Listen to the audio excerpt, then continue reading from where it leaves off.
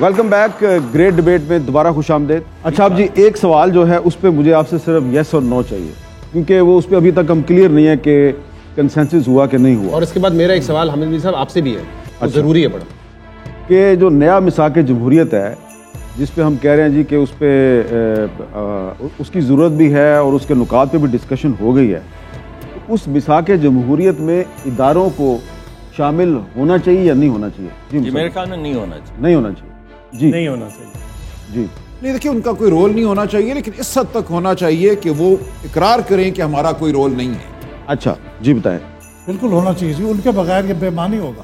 میں یہ نہیں کہتا کہ وہ بیٹھ کے سائن کریں گے, لیکن نیشنل سیکورٹی کمیٹی میں بیٹھ کے یہ بات طے ہونی چاہیے ان کا کوئی رول نہیں ہونا. جی نہیں جی, کانسٹیٹیوشن آف پاکستان میں جو لکھا ہوا ہے میں تو اسی کو مانتا ہوں, اور اس میں کوئی رول نہیں. تو اکثریت یہ کہہ رہی ہے کہ اداروں کا میثاق جمہوریت میں کوئی کردار نہیں ہونا چاہیے, یہ ہونا چاہیے کہ اس کو امپلیمنٹ ہونا چاہیے بس. اب اقرار کریں کہ ہمارا رول نہیں ہے. جی سوال میرا یہ, اور میر صاحب سے وہ سوال اس لیے بنتا ہے کیونکہ باقی صحافی بھی اس پر بات کرتے ہیں, لیکن آپ سب سے زیادہ بات کرتے ہیں. جو شق نمبر 14 تھی اس میثاق معیشت کی, وہ یہ تھی کہ الیکٹرانک اور پریس میڈیا کو آزادی ہوگی. اب 15 سال سے مسلسل اس ملک میں جمہوریت ہے, جیسی بھی ہو, اچھی ہو بری, کوالٹی میں بات کر سکتے ہیں, لیکن پھر بھی ہم ہر دور میں دیکھتے ہیں کہ میڈیا پہ قدغنیں لگائی جاتی ہیں. اس کا کون ذمہ دار ہے, سیاسی جماعتیں یا ادارے؟ دیکھیں اس کے ذمہ دار ادارے بھی ہیں اور سیاسی جماعتیں بھی ہیں, کیونکہ اور صحافی بھی ہیں, اور صحافی بھی ہیں. بالکل آپ صحیح کہتے ہیں کہ صحافی ان کا ٹول بن جاتے ہیں. لیکن دیکھیں جو اداروں نے جو کیا وہ انہوں نے آئین کے اندر رہ کے نہیں کیا, لیکن جو سیاسی جماعتوں نے کیا وہ انہوں نے پارلیمنٹ کے ذریعے کیا. جیسا کہ مثال کے طور پہ 2 مثالیں صرف دوں گا کہ جو پیکا کا قانون ہے وہ مسلم لیگ نون کے دور میں آیا جب نواز شریف صاحب وزیر اعظم تھے, اور اس وقت ہم نے کہا بار بار کہ اس قانون کا غلط استعمال ہوگا. آپ جو سوشل میڈیا ہے, الیکٹرانک کرائمز ہیں, ان کو روکنے کے لیے آپ لیجسلیشن ضرور کریں, لیکن تمام سٹیک ہولڈرز کو اعتماد میں لیں اور اس چیز کو ضروری بنائیں کہ اس کا غلط استعمال نہ ہو. لیکن ہماری نہیں سنی گئی, پیکا کا قانون پاس کیا گیا اور پھر وہ مسلم لیگ نون کے خلاف استعمال ہوا. اور اس کے بعد تحریک انصاف کی حکومت آئی جب عمران خان وزیر اعظم تھے, تو انہوں نے وہ جو مسلم لیگ نون کا قانون تھا اس کو مزید سخت کیا اور اس کو پیکا آرڈیننس کے ذریعے مسلط کرنے کی کوشش کی, جس کو کہ پھر ہم نے چیلنج کیا اسلام آباد ہائی کورٹ میں, اور انہوں نے اس کو غیر مؤثر قرار دے دیا. تو جو ادارے کرتے ہیں وہ تو ہم سارے اس کی مذمت کرتے ہیں, لیکن سیاسی جماعتیں جو ہیں انہیں بھی ذرا اپنی اداؤں پہ غور. یہ سوال میں نے میر صاحب سے اس لیے پوچھا ہے کیونکہ زیادہ تر یہ نشانے پہ رہتے ہیں, اس کی زد میں رہتے ہیں آج کل بھی. اور شہزاد اقبال صاحب, وہ ایک صحافی نے پیپلز پارٹی کے دور میں طوطا فال بھی ہمارے خلاف نکلوائی تھی, آپ کو یاد ہے نا, تو یہ بھی نہیں ہونا چاہیے. حکومت جا رہی ہے. دیکھیں جب پی ٹی آئی کی حکومت کے دور میں میاں نواز شریف پہ پابندی لگی تھی کہ ان کی جو تقریر ہے وہ نہیں سنائی جا سکتی, میں گیا تھا عدالت میں, آپ کو شاید یاد ہو. اس میں بہت سے صحافی جو تھے, نجم سیٹھی صاحب دیگر, ان کی طرف سے میں نے پٹیشن کی تھی, اور میں نے یہ کہا تھا کہ ایک شخص کو آپ نے جیل میں ڈالا ہے, اس کے انسانی حقوق تو نہیں چھین لیے, اس کی زبان تو نہیں چھین لی, اس کی ایک بطور انسان اس کی جو ایک اس کا وجود ہے وہ تو نہیں چھین. نواز شریف صاحب کے لیے تو آپ بڑی دفعہ جی بالکل, دیکھیں عدالتوں میں گئے. اصول ہمیشہ وہی رہا ہے, میرا اصول ہمیشہ وہی رہا ہے کہ عدالتوں کو اعلی کار نہیں بننا چاہیے رجیم چینج کا. کیا اس وقت آپ غیر سیاسی تھے؟ نہیں, بالکل نہیں تھا. دیکھیے میرا ہمیشہ سے میں سیاسی ہوں, اور میں اس طرح کا وکیل نہیں ہوں کہ یہاں سے مقدمہ ملے تو یہ لے لوں گا, وہ ملے گا تو وہ لے لوں گا. کچھ میرے نظریات ہیں جن سے میں کبھی نہیں ہٹا. اب 32 سال مجھے ہو گئے, تو میرا اس وقت بھی یہی تھا موقف کہ عدالت کو استعمال نہیں کرنا چاہیے سیاسی تبدیلی کے لیے. آج بھی میرا یہی موقف ہے کہ عدالت کو اور قانونی عمل کو نہیں استعمال کرنا چاہیے سیاسی تبدیلی کے لیے. یہ عوام کو دیں آپ کے ہاتھ. صحیح ہے. کیا میثاق کی ضرورت پولیٹیکل پارٹیز کے درمیان ہے یا اداروں کو بھی اس میں شامل ہونا چاہیے؟ اس پر بھی اب دیگر پارٹیز کا موقف لیں گے. ایمر ولی خان صاحب, سب سے پہلے آپ بتائیے گا کہ آپ سمجھتے ہیں کہ نئے میثاق میں صرف سیاسی جماعتیں ہونی چاہیے یا دیگر اداروں کو بھی اس میں شامل ہونا چاہیے؟ میرے خیال میں عمرانی معاہدہ اگر ہم کہیں تو یہ ایک جرگہ ہے, تو اس جرگے میں شامل ہو سکتے ہیں, اور ہر کوئی اپنا ریپرزنٹیٹیوز یا ہر ادارہ اپنی نمائندگی کر سکتا ہے. اور یہ پہلے نہیں، اس سے پہلے بھی ہوئے، اگر آپ کو یاد ہو تو APS کے واقعے پہ اس طرح کا ایک وہ ہوا تھا، ایک پروگرام ہوا تھا جس میں ادارے بھی آ کے بیٹھے تھے اور سیاسی قوتیں بھی بیٹھی تھی اور مل کے ایک لائحہ عمل طے کیا گیا تھا جس کے نتیجے میں ہمیں نیشنل ایکشن پلان ملا ہے. لہٰذا میرے خیال میں ملک کی خاطر یہ سب ہو سکتا ہے. مصطفیٰ کمال صاحب، آپ بھی اس پہ اپنی رائے دیجیے گا کہ جس میثاق کی ہم بات کر رہے ہیں کیا اس میں اداروں کو شامل ہونا چاہیے یا نہیں؟ بالکل شامل کیا جانا چاہیے، کسی کو باہر نہیں چھوڑنا چاہیے. ہم یہ مانے نہ مانے سب کی انوالومنٹ ہے پاکستان میں. تو سیاسی جماعتوں کے ساتھ پاکستان کے اسٹیبلشمنٹ کو، اگر آپ مجھ سے واضح کہتے ہیں، میں کہتا ہوں پاکستان کی آرمی کو، میں اسٹیبلشمنٹ کو اور پاکستان کی آرمی کو، پاکستان کی جوڈیشری کو، پاکستان کی میڈیا کو تو اور پاکستان کی سول سوسائٹی کو ہر حال میں اس میثاق جمہوریت میں سیاسی پارٹیوں کے ساتھ بیٹھ کر بٹھا کر پاکستان کی جوڈیشری، میں نے کہا اس میں لائرز بھی ہیں اور ججز بھی ہیں، آفیشلی باقاعدہ آپ اس کے، تاکہ کل کو کوئی کورٹوں میں نہ کھڑا ہو، سب کو پتا ہو کہ ملک کا جو ایک ماسٹر پلان ہے وہ انٹیکٹ ہے، وہ سب سے وہ ایگریڈ ہے اور اس کے اوپر سیاست نہیں ہو سکتی. اگر ہم نے یہ نہیں کیا تو اب یہ ملک جو آج ہم نے یہ بالکل جوتیوں میں دال بٹ رہی ہے، یہ نہیں چل سکتا، یہ نہیں بچ سکتا. اور میں کہتا ہوں یقین جانے لوگوں کو، یہ جو عام آدمی ہے پاکستانی ہے، وہ ایک سائی آف ریلیف ہوگا اس کے لیے کہ ہمارے ملک کے، چاہے وہ کسی بھی پارٹی کے لیڈران ہوں، ہمارے ملک کے رہنما لوگ، لیڈران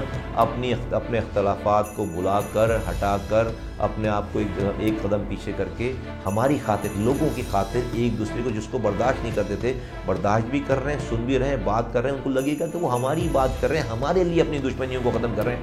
بہت اچھا ہو جائے گا سارا کچھ. اور حافظ حمداللہ صاحب، آپ بھی بتائیے گا کہ آپ کی پارٹی کا اس پر کیا موقف ہے؟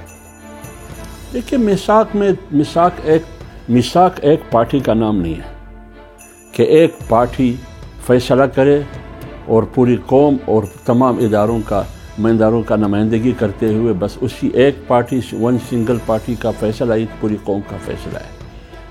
دیکھیے، میثاق میں جب آپ میثاق کی بات کرتے ہیں تو اس میں تمام ادارے شامل ہوں اور ایک منتخب پارلیمنٹ جو 24 کروڑ عوام کے ووٹ سے منتخب ہو کے، حقیقی ووٹوں سے، ایک حقیقی جمہوری راستے سے پارلیمنٹ منتخب ہو کر اس کے نتیجے میں ایگزیکٹو وجود میں آ جائے.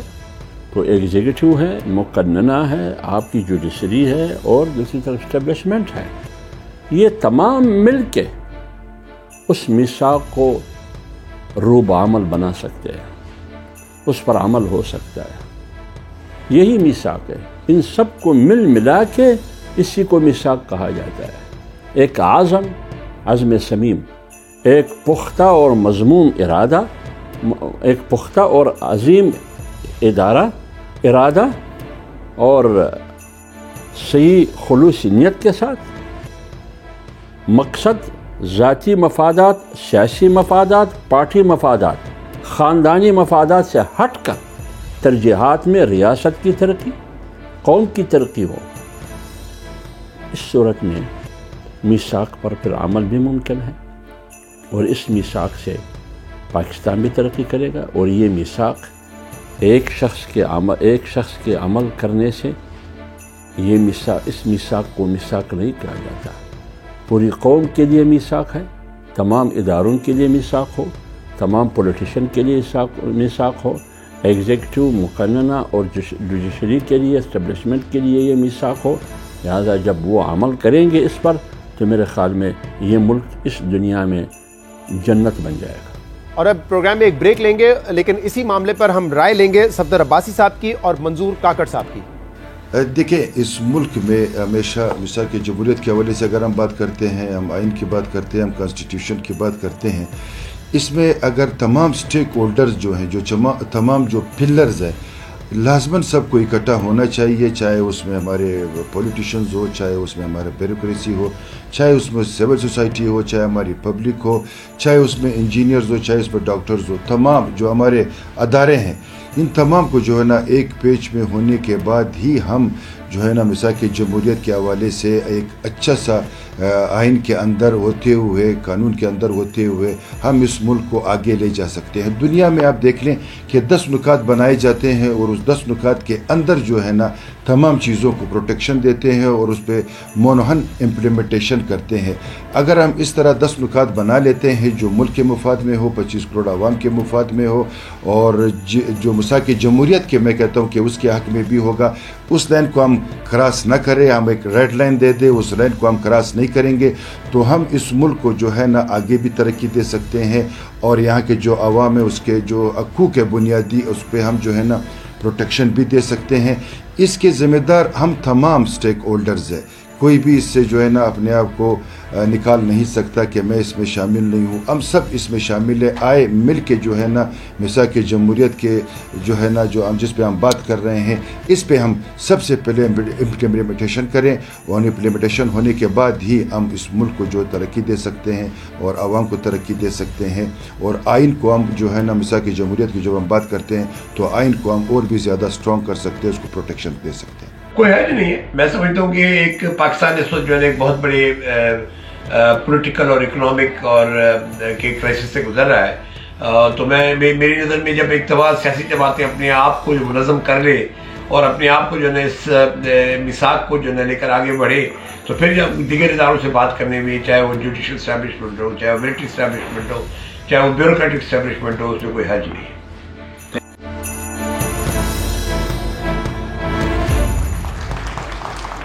Welcome back. گریٹ ڈیبیٹ میں دوبارہ خوش آمدید. اب جو اگلا پوائنٹ آف ڈسکشن ہے وہ ہے میثاق معیشت. جیسے کہ حامد میر صاحب نے شروع میں ہی بتایا تھا کہ معیشت اس وقت مستحکم ہو سکتی ہے جب آپ کی سیاست میں آپ کو استحکام نظر آئے، کنٹینیوٹی آف پالیسیز اسی وقت آ سکتی ہیں. تو مصدق ملک صاحب میں آپ سے ذرا آغاز کروں گا. مجھے بتائیے گا کہ اب اس بات کی کتنی گنجائش رہ گئی ہے، کیونکہ ابھی جو پی ڈی ایم کی حکومت گزری ہے اس میں ایک نئی باڈی بھی سامنے آئی ہے، SIFC. تو اب معاشی فیصلے اسی باڈی نے کر رہے ہیں یا آپ کو لگتا ہے کہ اس بات کی ابھی بھی اسپیس ہوگی؟ جیسے آپ نے کہا نا نواز شریف صاحب جب بھی آتے ہیں اسرٹ کرتے ہیں کہ سویلین اسپیس ہونی چاہیے، تو کیا اس کے لیے اسرٹ کریں گے اور پھر کیا اپنی ایک اکنامک پالیسی بنائیں گے یا دوسروں کو بھی اس میں شامل کریں گے، یا اب جو معاشی مستقبل ہے پاکستان کا وہ SIFC کے ہاتھ میں ہی ہے؟ اس میں دیکھیں آپ نے دو مختلف سوالات پوچھے تو دونوں کے میں دونوں کے جواب دے دیتا ہوں. یہ جو میں آپ کے سامنے نقطۂ نظر رکھنے لگا ہوں یہ میں اپنی پارٹی کے بہاف پہ نہیں رکھ رہا ہوں، یہ میرا ذاتی نقطۂ نظر ہے اور بے شمار لوگ اس سے اتفاق کریں گے اور کچھ اختلاف کریں گے. میں یہ سمجھتا ہوں کہ جمہوریت کے اوپر تو میثاق ہو سکتا ہے، ہونا چاہیے، لیکن آپ کی اکنامک پالیسی جو ہے، میں نے پہلے بھی پڑھتے ہی اس بات کو کہا تھا کہ اس کی ایک مارکیٹ پلیس ہے، اس میں بہتری صرف اس وقت آئے گی جب اس کا تنقیدی جائزہ لیا جائے گا. جب سارے مل کے کچھ بنا لیں گے تو تنقید کون کرے گا اور کاہے کو کرے گا؟ اپنے اوپر تنقید کرے گا. اس وجہ سے میں یہ سمجھتا ہوں کہ ہر سیاسی جماعت کا ایک نقطہ نظر ہے کہ یہ ملک ترقی کیسے کرے گا. اس بات پہ ایگریمنٹ ہونا چاہیے کہ غریب کو باہر نکالیں گے. سب کا ایگریمنٹ ہونا چاہیے کہ یہ ملک میں جہاں اتنے غریب لوگ ہیں وہاں جو بھی پالیسی آئے گی ہم غریب کو سامنے رکھ کر پالیسی بنائیں گے. یہ ایلیٹ کیپچر کے چند سیٹس جو ہیں جو 4-5 بلین ڈالر لے کر نکل جاتے ہیں، وہ کون سا پروگرام انہوں نے بنایا تھا اسٹیٹ بینک نے، اس طرح کے پروگرام نہیں بنیں گے. ہم چھوٹی چھوٹی جو یہ کالج کے بچے ہیں جن کو 20-15-20-50 لاکھ چاہیے نیا کاروبار شروع کرنے کے لیے، جس میں 8-10 نوکریاں ہر شخص بچہ پیدا کرے گا، ہم اس ڈائریکشن میں جائیں گے، IT کی ڈائریکشن میں جائیں گے. ان چیزوں کو پر تو اتفاق ہو سکتا ہے کہ غربت فوکس میں ہے، غریب آدمی فوکس میں ہے، کس قسم کی ترقی فوکس میں ہے، کیا امیر آدمی کی ترقی فوکس میں؟ ترقی تو دونوں صورتوں میں ہو جائے گی، یا غریب آدمی کی ترقی یا ایک ڈسٹریبیوٹیڈ ویلتھ کا میکنزم ہونا چاہیے. اس پہ اتفاق یہاں تک. اس کے آگے پرائیویٹائزیشن ہونی چاہیے یا نہیں، ان کو تنقید کرنی چاہیے، ہمارا اپنا نقطہ نظر، ان کا اپنا نقطہ نظر، اور اس مارکیٹ پلیس میں آگے بڑھیں. SIFC کے اندر بھی اس وقت جو میجورٹی بیٹھی ہوئی ہے وہ سویلین بھی ہے. اگر یہ ہم نے بنایا ہے تو اس کو لے کر چلنا، آگے بڑھانا، آئین کی پاسداری کرنا، آئین کے تحت چلانا، ملک کی ترقی کی طرف لے جانا ہمارا فرض ہے. اچھا چودھری منظور صاحب، اگر نیا میثاق معیشت ہوتا ہے تو اس میں آپ کے خیال میں سب سے زیادہ فوکس کس چیز پہ ہونا چاہیے؟ دیکھیے میں تو اس حق میں نہیں ہوں مساق معیشت کے. اچھا, اس کی وجہ یہ ہے کہ اس وقت دنیا میں نیو کارنس کا فلسفہ چل رہا ہے, جس کو کیا انڈیا میں جمہوریت نہیں ہے؟ کس قدر کرش کر رہا ہے وہ. یا بنگلہ دیش میں کیا ہے؟ بیسیکلی جو اصل چیز ہے وہ ایک فلسفی ہے. وہ کسی جگہ پہ جمہوریت کے ذریعے عمل درآمد ہو رہا ہے, کسی جگہ پہ آمریت کے ذریعے کسی طرح اس قسم کی کر کے. مسئلہ یہ ہے کہ اگر آپ یہ کہتے ہیں کہ امیروں کو اور امیر ہونا چاہیے اور پھر وہ ٹرکل ڈاؤن ہوگی تو غریبوں تک پہنچے گی, کیوں پہنچے گی بھائی؟ براہ راست دیں ان کو. اگر پیپلز پارٹی نے 10 پوائنٹس دیے ہیں تو اس میں کون کیا ہے کہتے ہیں تنخواہیں ڈبل کیسے کر دیں گے جی؟ میں آپ کو بتاتا ہوں کیسے ڈبل کریں گے. میں آپ سے سوال کرتا ہوں, ایک سوال ہے جو پبلک چاہے گی کہ آپ اس کا جواب دیں. جی, کہ آپ پیپلز پارٹی کے جو 10 پوائنٹ ہیں اس میں مجھے بتائیں کہ کہاں پہ آپ نے یہ لکھا ہے کہ آپ اقتدار میں آنے کے بعد پاکستان کو IMF کے شکنجے سے کیسے نکالیں گے؟ یہ کدھر لکھا ہوا ہے؟ یہ IMF کے شکنجے سے نکلنے کی بات ہے. IMF تو یہ ساری چیزیں روکتا ہے جو ہم کرنے جا رہے ہیں. اس 10 کے 10 پوائنٹ IMF کا جو شکنجہ ہے اس کے خلاف, اس کو توڑ کے آپ بات کر رہے ہیں نا. مثلا آپ 300 یونٹ فری بجلی کی بات کر رہے ہیں, یہ کوئی ایسا نہیں ہے. ہم تھر کے اندر 100 یونٹ بجلی فری ہے اس وقت. سائیوال میں بھی کوئلے کا پلانٹ ہے, کیا سائیوال میں 100 یونٹ فری ہے؟ نہیں ہے. تو ہم یہ کہہ رہے ہیں کہ تنخواہیں ڈبل, ہم نے ریونیو ڈبل کیا تھا پاکستان پیپلز پارٹی نے 2008 سے. میں لیبر کا انچارج ہوں پاکستان کا. مجھے لیبر کہہ رہی ہے کہ اگر آپ نے اس وقت 135% تنخواہیں بڑھائی تھی تو آج 100% کی بات کیوں کر رہے ہیں؟ 150% کی کیوں نہیں کر رہے؟ 100% پینشنز بڑھائی تھی ہم نے ریونیو ڈبل کیا تھا. ہم نے ایکسپورٹس $19 ارب سے اٹھا کر $26 ارب پہ لے کر گئے تھے. ہم نے ریمیٹنسز جو تھی وہ $6 ارب سے $13 ارب پہ لے کر گئے تھے. تو اگر یہ ہم کرتے ہیں, اگر بینظیر انکم سپورٹ پروگرام ہے تو اس کو 25 ممالک نے کاپی کیا ہے. آج بھی سب سے کامیاب پروگرام ہے. کسان کارڈ ہے تو فیکٹریوں کو دینے کی بجائے یا فیکٹری اونرز کو دینے کے بجائے براہ راست کسان کو کیوں نہیں آپ سبسڈی دیتے؟ میرا ایک سوال, یہ ساری چیزیں ہیں جو آپ کو کرنی پڑیں گی. کیونکہ آپ دونوں کا اس بات سے اختلاف ہے کہ کوئی میثاق معیشت نہیں ہونی چاہیے, لیکن میرا پھر آپ سے سوال ہے کہ اگر نہیں ہوگا ایک براڈر کنسنسس کر لیں. مثال کے طور پہ انڈیا میں لبرلائزیشن کی پالیسی وہ آج سے کنٹینیو ہو رہی ہے, جو باقی سب کلوزز ہیں وہ ڈفرینٹ ہو سکتے ہیں اس کے. پاکستان میں منصفانہ ٹیکس ہونا چاہیے, اب اس بات پہ اتفاق کریں گے. لیکن ایک مثال جیسے میں ابھی دے دیتا ہوں, آپ دونوں کی الیکشن کیمپین جاری ہے, آپ کہتے ہیں 300 یونٹ مفت بجلی دیں گے, دونوں نے دعویٰ کیا ہے. آپ لوگوں کو پتہ یہ پریکٹیکلی پاسبل نہیں ہے. اس ملک میں 3 کروڑ بجلی کے کیا حمزہ شہباز صاحب نے بھی کیا, مریم نواز صاحب نے بھی کیا, 300 یونٹ مفت بجلی دینے کا. اس ملک میں جو ڈومیسٹک صارفین ہے وہ 3 کروڑ ہے. 300 یونٹ بجلی دینے کا مطلب ہے 3 کروڑ میں سے 2 کروڑ 80 لاکھ پاکستانیوں کا آپ وعدہ کر رہے ہیں کہ آپ مفت بجلی دیں گے, یعنی کہ 90% یہ عمل نہیں ہو سکتا. تو جب آپ کمپٹیشن میں آ کے, سوال میرا یہ ہے کہ کمپٹیشن میں آ کے آپ پاپولسٹ نعرے لگائیں گے تو پھر معیشت کیسے بہتر ہوگی؟ ان باتوں پہ کنسنسس کرنے کی ضرورت ہے. کا ایشو نہیں ہے. اگر آپ یہ مہنگے لگائیں گے, اگر آپ ہر سے 1995 میں بجلی پیدا ہونے دیتے اس وقت, تو آج جو ہے, آج یہ آپ کو پتا تھر کا یونٹ جو بجلی آپ فیسکو کو جو 3260 میگا واٹ آ رہی ہے وہ تھر سے آ رہی ہے, اس کی قیمت کیا ہے؟ 9 روپے 90 پیسے. اگر آپ 10,000 میگا واٹ سے اوپر جائیں گے تو اس کی قیمت 5 روپے یونٹ سے نیچے آ جائے گی. آپ کو پتہ ہے پچھلی 16 مہینے کی گورنمنٹ جس میں ہم بھی اتحادی تھے, وہاں پہ 11,500 میگا واٹ کا ونڈ پاور کا معاہدہ نہیں ہونے دیا گیا تھا. آپ کو پتہ ہے سی پیک کا پہلا پروجیکٹ کیا تھا؟ بونجی 7,300 میگا واٹ, جس نے 4 سال میں بننا تھا اور 4 سال میں اپنی قیمت پوری کرنی تھی. ایک سوال یہ, میری آپ گزارش سن لیں, میری گزارش سن لیں, اس میں سوال ایڈ کر لیں, کیونکہ ہم تو آج کے حالات کو دیکھ کے بات کرتے ہیں. کیا میں آج یہ بات کہہ رہا ہوں نا کہ ہم 25,000 میگا واٹ صرف تھر سے بجلی اگلے 5 سال میں پیدا کرنا چاہتے ہیں. کہ اگر یہ 5 روپے یونٹ ہو, امیر آدمی کو آپ 10 سے 15 روپے یونٹ دیں تو آپ غریب آدمی کو فری دے سکتے ہیں. کوئی ایسی راکٹ سائنس نہیں ہے. اگر یہ 300 یونٹ بجلی دینا عوام کو اتنا آسان ہے تو 1.5 سال آپ کی حکومت رہی, کیوں نہیں دیا؟ 1.5 سال میں تو کہہ رہا ہوں ہمارا تو جو جمپیر میں یہ میں ریکارڈ پہ بات کہہ رہا ہوں, آپ دونوں انویسٹیگیٹو جرنلسٹ ہیں, آپ فیصلہ کریں نوید قمر صاحب سے پوچھیں, وہاں پہ اس وقت پوچھیں. 11,500 میگا واٹ کا ونڈ کا, جہاں پہ نہ پانی کی ضرورت تھی, نہ تیل کی ضرورت تھی, نہ کوئلے کی ضرورت تھی, نہ گیس کی ضرورت تھی, نہیں ہونے دیا گیا معاہدہ. اچھا یہ جو کچھ گفتگو ہوئی ہے یہ صحیح نہیں ہے, یہ فیکچولی انکریکٹ ہے. اس وجہ سے میں آپ کو یہ بتانا چاہ رہا ہوں کہ جب 2013 کی حکومت آئی تھی تو اس وقت مائننگ شروع ہو رہی تھی, اوپن پٹ مائننگ شروع ہو رہی تھی. اس وجہ سے یہ کہنا کہ ہم اس وقت یہ کہہ رہے تھے کہ فوری طور پہ یہ بجلی بنائی جائے, یہ فیکچولی انکریکٹ. ٹھیک ہے, وہاں پہ جو وقت لگنا تھا اوپن پٹ مائننگ میں وہ لگا, جس کے نتیجے میں ابھی وہ کول اویلیبل ہے. میں اور بھی بہت سی باتیں ہیں کوئلے سے کمپنیز ڈیزل بنانے کے لیے تیار ہیں چائنیز کمپنی. نہیں وہ مجھے ساری باتیں معلوم ہے. آپ کو ایک بجلی کے اوپر پورا پروگرام کرنا چاہیے بیکاز بالکل وہ غلط ہے فیکچولی. سلمان صاحب سوال ہمارا ہے کہ پاکستان کو میثاق معیشت کی ضرورت ہے یا نہیں ہے؟ دیکھیے میثاق معیشت سے اگر یہ مراد ہے کہ سب ایک فلسفے پہ چلیں تو نہیں ہے ضرورت, کیونکہ وہ ممکن نہیں ہے. اس میں معیشت کے بھی مختلف نقطہ نظر ہے, لیکن جس چیز کی ضرورت ہے وہ شفافیت کی.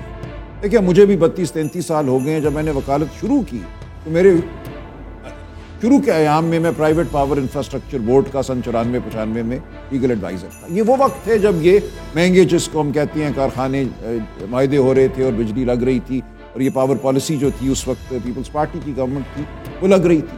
اب ہم لوگ وہاں کام کرتے تھے اور ہمیں بھی نظر آ رہا تھا کہ یہ کیا ہو رہا ہے, لیکن اس وقت معاشرے میں کہیں پہ بھی ایک ڈیبیٹ نہیں تھا, شفافیت نہیں تھی کہ یہ معاہدے کیوں کیے جا رہے ہیں. اس وقت مجھے یاد ہے واپٹا کے بڑے سینئر ممبران, ہمارے ایک مشترکہ دوست کے والد, انہوں نے پیپر لکھا تھا کہ آپ پاکستان کو ایک بہت گہری کھائی میں پھینک رہے ہیں, لیکن اس پیپر پہ کسی نے بحث نہیں کی کہ یہ معاہدے کیوں کر رہے ہیں. 30 سال کے جو کیپیسٹی چارج تھا, جو ٹیرف تھا. تو میرا مدعا یہ ہے کہ آپ جو بھی پالیسی اپناتے ہیں اس میں شفافیت اور ڈیبیٹ ہونا چاہیے. مجھے یہ نہیں سمجھ آتا کہ کوئی کسی بھی دور میں اکنامک ایڈوائزر کیوں بن جاتا ہے. آج جو اکنامک ایڈوائزر ہیں انہیں کس طرح منتخب کیا گیا, جو ان کے دور میں اکنامک ایڈوائزر ہوتے ہیں یا وزیر فائنانس جو آپ کے دور میں اکنامک ایڈوائزر میں سب کی بات کر رہا ہوں, میں ہر دور کی بات کر رہا ہوں کہ یہ کہاں سے آ جاتے ہیں چلتے پھرتے. ایک ہی صاحب ہمیں نظر آتا ہے بار بار. تو یہ دیکھیں مسئلہ پھر وہاں چلا جاتا ہے کہ اگر وہ حفیظ شیخ ہیں تو آپ کو اس حکومت میں بھی نظر آئیں گے, اس حکومت میں بھی نظر آئیں گے.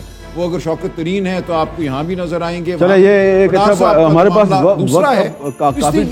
سوال یہ ہے کہ ہماری اکنامک پالیسی میکنگ بھی صرف ایک چیز پہ اتفاق ہونا چاہیے, نیچے سے جو ریونیو کلیکشن ہے اس پہ سارے براڈر, چونکہ یہاں پہ امیر ٹیکس نہیں دیتا, غریب ٹیکس دیتا. ٹھیک ہے, ہماری گفتگو جاری ہے. گریٹ ڈیبیٹ میں ایک بریک کا وقت ہوا چاہتا ہے, بریک کے بعد دوبارہ ملتے ہیں.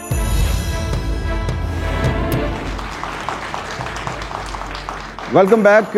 گریٹ ڈیبیٹ میں دوبارہ خوش آمدید. میثاق معیشت ہونا چاہیے یا نہیں ہونا چاہیے؟ دیکھیے میثاق معیشت کی بنیاد کیا ہے؟ اس کی وجہ یہ ہے کہ اس ملک کے اندر آپ کو فارن انویسٹمنٹ چاہیے یا نہیں چاہیے. اگر آپ کو انویسٹمنٹ چاہیے تو آپ کو کنٹینیوٹی آف پالیسیز چاہیے ہوگا. 5 سال یہاں حکومت کی میعاد تو میکسیمم ہوتی ہے نا, اس سے اکثر پہلے ہی حکومت رخصت ہو جاتی ہے, دوسری حکومت آ جاتی ہے. تو انویسٹر جو ہے وہ کبھی ایسی جگہ پہ انویسٹ نہیں کرتا جہاں لانگ ٹرم پالیسیز کی گارنٹی نہ ہو. تو اگر آپ یہ نہیں کریں گے اور اس طرح کی چند بنیادی چیزوں کے اوپر اتفاق, اس کا مطلب یہ نہیں کہ آپ ٹوٹل اکنامک پالیسی ایک سائن کر دیں سارے بیٹھ کے, لیکن جو براڈ چیزوں کے اوپر کہ جیسے آپ فارن انویسٹمنٹ ہوگی تو گارنٹیڈ ہوگی, اس کے اوپر نیشنلائز نہیں کیا جائے گا, اس کو ضبط نہیں کیا جائے گا, اس کی پروفٹ ریپیٹریشن کی اجازت ہوگی. یہ چند براڈ چیزوں کے اوپر جب تک آپ ایگری نہیں کریں گے, یہ میرے خیال میں یہ ہے معیشت کا میثاق. بنیادی مائکرو چیزوں کے اوپر نہیں ہے. تو یہ ہونا ضروری ہے. اگر یہ نہیں ہوگا تو پھر SFIC جیسی آرگنائزیشن کی ضرورت ہوگی جو یہ گارنٹی دیں گی. جی وڑائے صاحب. جی میرا خیال ہے ہونا چاہیے. اس کی وجہ یہ ہے, میرے سامنے جاپان کی مثال ہے کہ جاپان کے اندر بھی پالیٹکس پاکستان جیسی ہے. وہاں بھی سیاسی جماعتیں آپس میں لڑتی ہیں. یہ الگ بات ہے کہ وہاں اسٹیبلشمنٹ نہیں ہے, لیکن سیاسی جماعتوں کے تعلقات اکثر وزیر اعظم وہاں پہ اپنی بدلتے رہتے ہیں, یہ کرتے رہتے, یہاں ہمارے جیسا ہے. لیکن ان کی معیشت بہت مضبوط ہے, اور اس کی وجہ کیا ہے کہ انہوں نے جو معیشت کے بنیادی پرنسپلز ہیں وہ طے کیے. وہ سیاست جو بھی ہوتا رہے, معیشت مستحکم ہے. تو ہمیں بھی ضرورت ہے کہ اپنی سیاست میں لڑتے رہیں, لڑنا چاہیے, ٹھیک ہے, لیکن کم از کم معیشت کے معاملات پہ جب آپ بیرون ملک گارنٹیاں دیتے ہیں, جب آپ صنعت کار کو انویسٹمنٹ کے لیے ماحول دیتے ہیں, تو آپ کو اس کو یقینی بنانا ہوتا ہے کہ 2 سال بعد یہ حکومت چلی جائے گی, ابھی اس کی فیکٹری لگی نہیں ہے, پالیسی بدل گئی ہے, تو وہ اس سے پھر لگاتا نہیں. دیکھیں اس میں جو اہم چیز ہے نا وہ یہ ہے کہ جو آپ 2 چیزیں نہیں ہوتی. ایک تو یہ کہ جو آپ کانٹریکٹ کرتے ہیں اس کے اوپر آپ قائم رہیں, وہ تو آپ کنٹریکچوئل بریچ کر رہے ہیں نا. آپ نے ایک حکومت نے, سرکار نے, کوئی سی حکومت معاہدہ نہیں کرتی, سرکار معاہدہ کرتی. ریاست نے ایک کاغذ پہ دستخط کیے ہیں, اس پہ قائم رہیں. اس کا تو اس سے کوئی تعلق نہیں. اگر آپ نے کیا ہے 20 سال کا معاہدہ کیا ہے تو وہ تو ہونا ہی ہوگا. مگر ایک اور بات, وہ بھی اتنی ہی اہم, کیونکہ کچھ معاہدے تو ہم ہوتے دیکھتے رہے ہیں ماضی میں. معاہدوں کے اندر جو کھچ مچتی ہے وہ اسی وقت ختم ہوگی جب راجہ صاحب کہتے ہیں کہ آپ ٹرانسپیرنسی لے کر. بالکل ٹھیک ہے. جو معاہدے کرتے وقت آپ اس میں کھچ ڈالتے ہیں اسے روکیں, اور اس کے بعد وعدوں پہ اور معاہدوں پہ پابند. پوائنٹ مجھے دیکھیں, NFC ہوا, PFC نہیں ہوا. اب لاہور میں مجھے کوئی اعتراض نہیں, آپ لاہور کو سونے کی اینٹوں کا بنا دیں. اگر میرے ضلع میں ایک یونیورسٹی نہ ہو, ایک میڈیکل کالج نہ ہو, ایک انجینئرنگ کالج نہ ہو, ایک IT کا ادارہ نہ ہو, ایک کچھ بھی نہ ہو, تو پھر مجھے بھی اعتراض ہے. ٹھیک ہے, کہ میرا حق لے کر کسی کو نہ دے. اعتراض آپ کو پنجاب میں ہے, MQM پاکستان کو, وہ نہیں, وہ اعتراض وہاں پہ بھی ہونا چاہیے. میں PFC کی اوور آل بات کر رہا ہوں. ہماری گفتگو جاری ہے. گریٹ ڈیبیٹ میں ایک بریک کا وقت ہوا چاہتا ہے, بریک کے بعد دوبارہ ملتے ہیں.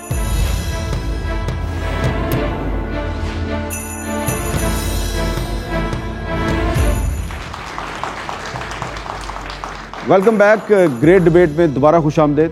اچھا, اب ذرا جو ہمارے جو آڈینس ہے, بڑے صبر سے آپ نے یہ ساری باتیں سنی ہیں, تو کچھ سوالات آپ کے بھی لے لیں.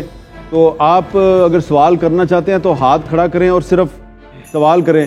جی, یہ وہ پیچھے وہ جو نوجوان ہیں, ان کی ذرا آواز. اپنا نام بتائیے اور سوال کیجیے. السلام علیکم, میرا نام سکندر علی ہے اور بیسیکلی میں چودھری منظور صاحب کے حلقے سے ہی ہوں. تو میں ان سے یہ پوچھنا چاہتا ہوں کہ جس کنسنسس پہ انہوں نے ابھی کہا ہے کہ جی یہ کچھ ہم نے چارٹر اور ڈیموکریسی کے حوالے سے بھی ڈسکس کیا کہ یہ 3-4 پوائنٹ ہیں ان کے جن پہ یہ ایگری ہیں, کیا یہ پوائنٹ ہمیں آفٹر الیکشن جو بھی گورنمنٹ بنتی کیا وہ اسے امپلیمنٹ کرے گی؟ ٹھیک ہے, سوال آپ کا ہو گیا, ان کو دیں. یہ اگلا. السلام علیکم, my name is Usama Ali, I am from institute of geography, university of the Punjab. Sir میرا کویشچن آپ سب سے ہے کہ کانسٹیٹیوشنل ریفارمز یا جو انسٹیٹیوشنل ریفارمز کی بات کی جاتی ہیں یا پولیٹیکل اسٹیبلٹی کی بات کی جاتی ہے یا اکنامک ڈیولپمنٹ کی بات کی جاتی ہے, لیکن جو کرنٹ سینیریو بن چکا ہے پاکستان میں, جو ایک ٹرسٹ ڈیفیسٹ آ چکا ہے اداروں اور عوام کی جو سینٹیمنٹس ہیں, ان کی جو رائے ہے اس کے درمیان, تو سر اس میں ہو ول جو مطلب اس سارے ایجنڈاز جو ہیں اس کو کون اب لیڈ کرے گا سر؟ ٹھیک ہے, صحیح. ایک سوال اور لے لیں. بسم اللہ الرحمن الرحیم. میرا نام سید علی اسجد ہے. آج کی جو آپ لوگوں نے ڈیبیٹ کی, ایک اس کا بہت بیسک چنک تھا کانسٹیٹیوشن کا, اور کانسٹیٹیوشن کو ہم لوگ سیاستدان اور عوام کی مدد سے کیسے تبدیل کریں گے. میرا یہ ماننا اور میرا سوال صرف یہ ہے کہ آپ لوگ جو اداروں پر بحث کر رہے تھے کہ ادارے انکلوڈ ہونے چاہیے یا نہیں, وہ کانسٹیٹیوشن کو کیا سمجھتے ہیں؟ پرویز مشرف صاحب کے ان کا جو کوٹ تھا, ان کا کوٹ یہ تھا کہ constitution is a piece of paper to be thrown in a dustbin. ہم نے دیکھا ایوب صاحب نے بھی یہی کیا, ہم نے دیکھا ضیاء صاحب نے بھی یہی کیا, اور ہم آج بھی دیکھ رہے ہیں کہ آج کے اس دور کے اندر کانسٹیٹیوشن پر کتنا عمل درآمد ہو رہا ہے. تو سیاستدان جتنا مرضی کر لیں, عوام جتنا مرضی کر لے, جب تک پلے میکر اس کو عمل درآمد نہیں کروائے گا تب تک ہم کانسٹیٹیوشن میں جتنے مرضی. آپ نے سوال نہیں کیا, آپ نے سوال کر کے جواب دے دیا. میں پوچھ رہا ہوں اگر ہم جتنے مرضی چینجز کرتے رہیں کیا اس سے کوئی فائدہ ہوگا؟ صحیح. اگلا سوال. السلام علیکم, مائی نیم از زبیر فاطمہ, اور میرا کویشچن جو ہے وہ پولیٹیکل سے تھوڑا سا سیپریٹ ہے. تو جیسے یہ منظور صاحب نے بات کی تھی کہ کول جو ہے اس کی اوپن پٹ مائننگ وغیرہ ہو رہی ہے اور اس کی وجہ سے الیکٹریسٹی ہے وہ پروڈیوس ہوگی.